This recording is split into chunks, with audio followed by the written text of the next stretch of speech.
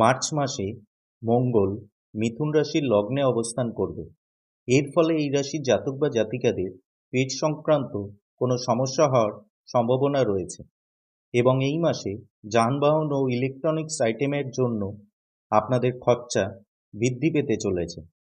তবে শুক্র, বুধ এবং রাহুর যুতি হওয়ার ফলে আপনাদের ধনলাভ হবে এবং কোনো আপনজন থেকে আপনারা উপহার পেতে পারেন।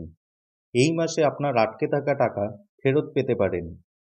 শুক্র বক্রী হওয়ার কারণে আপনারা কেরিয়ারে উন্নতি করতে পারবেন এবং নতুন চাকরি হওয়ার সম্ভাবনা রয়েছে।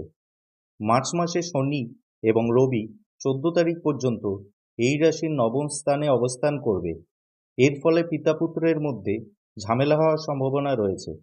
তবে 14 তারিখের পর পিতাপুত্রের মধ্যে সুসম্পর্ক গড়ে উঠবে। মার্চ মাসে ব্যবসায়ীরা ব্যবসায় ভালো পরিমাণে অর্থ উপার্জন করতে পারবেন।